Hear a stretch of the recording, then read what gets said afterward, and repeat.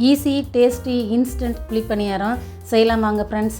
Hello friends, welcome to Subbu creation. எல்லோரும் எப்படி இருக்கீங்க? நல்லா இருக்கீங்களா ஃப்ரெண்ட்ஸ்? இப்போ இன்ஸ்டண்ட்டாக புளி பணியாரம் எப்படி செய்கிறதுன்னு போட்டிருக்கு பாருங்கள். இந்த வீடியோவை உங்களுக்கு பிடிச்சதுன்னா நீங்களும் செஞ்சு பார்த்துட்டு கமெண்ட்ஸ் பண்ணுங்கள். உங்களுக்கு பிடிச்சதுன்னா உங்கள் ஃப்ரெண்ட்ஸுக்கு ஷேர் பண்ணி செஞ்சு பார்க்க சொல்லி சப்ஸ்கிரைப் பண்ண சொல்லுங்கள். என்னோடய சேனலை சப்ஸ்கிரைப் பண்ணி பெல் ஐக்கான் ப்ரெஸ் பண்ணிவிட்டு ஆல் செலக்ட் பண்ணால் என்னோடய வீடியோஸ் உங்களுக்கு உடனுக்குடன் வரும்.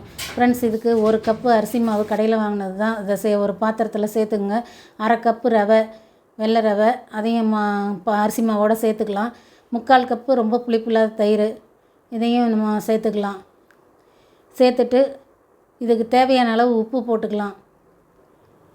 ஒரு 1/2 ஸ்பூன் போட்டிருக்கு, இப்போ ஒரு 1/4 ஸ்பூன் போட்டிருக்கு. எல்லாம் சேர்த்து கலக்கி விட்டுக்குவோம். இதுக்கு மீதி தண்ணியை ஊற்றி நம்ம தோசை மாவு பதத்துக்கு கரைச்சி வச்சிடலாம்.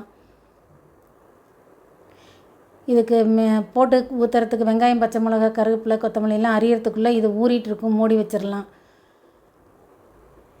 செய்கிறது ரொம்ப ஈஸி ஃப்ரெண்ட்ஸ். எங்கேயாவது மாவு நமக்கு தீர்ந்து போன சமயத்தில் இது போல் செஞ்சோம்னா நல்லாயிருக்கு. நம்ம இட்லி மாவில் குழிப்பணியாரம் ஊற்றுற டேஸ்ட்டில் நல்லாயிருக்கு. தண்ணி கொஞ்சம் கொஞ்சமாக சேர்த்து நல்லா தோசை மாவு பார்த்து கரைச்சிருவோம்.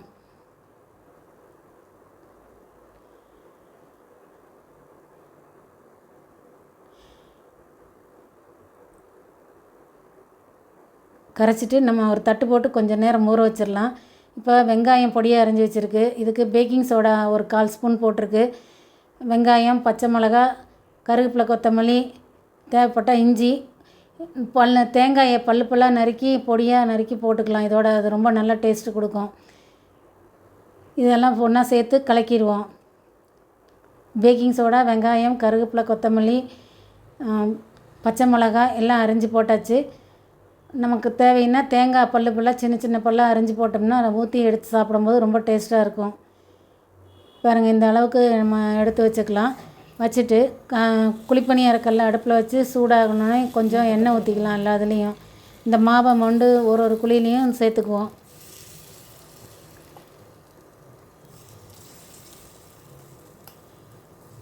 சிந்தாமல் ஊற்றிக்கிங்க. நான் ஸ்பூனில் ஊற்றுனதுனால சிந்திடுச்சு. நீங்கள் குழிக்கரண்டியில் எடுத்து கொஞ்சம் கொஞ்சமாக ஊற்றினா சிந்தாமல் வரும்.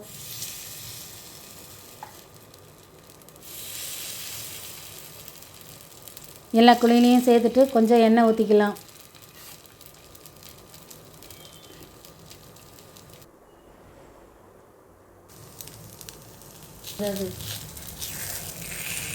நல்லா ஒரு பக்கம் வெந்து அதுக்கப்புறம் நம்ம திருப்பி போடணும்.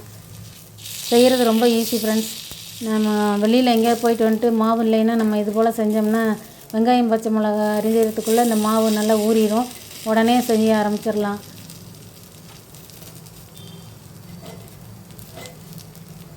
இப்படி நல்லா ஒரு பக்கம் கோல்டன் ப்ரௌனாக வெந்ததுக்கப்புறம் கத்தியோ இல்லை ஒரு கரண்டியோட காம்போ வச்சு நம்ம திருப்பி டூத்பிக்கோ ஏதோ ஒன்று வச்சு திருப்பி விட்டுக்கலாம். இப்போ நம்ம திருப்பி விடும்போது அடுப்பை சிம்மில் வச்சுக்கோங்க. ஏன்னா கையில் அனல் அடிக்கும். அதனால் சிம்மில் வச்சு கொஞ்சம் திருப்பி விட்டுக்குங்க. அப்புறமேல் மறுபடியும் ரைஸ் பண்ணிக்கலாம் அடுப்பை.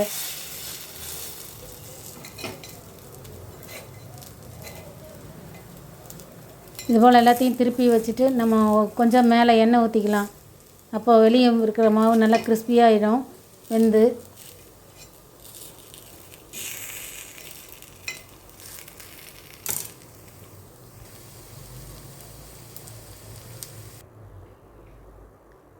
இப்போ கொஞ்சம் திருப்பி விட்டுட்டு எண்ணெய் ஊற்றிக்கலாம்.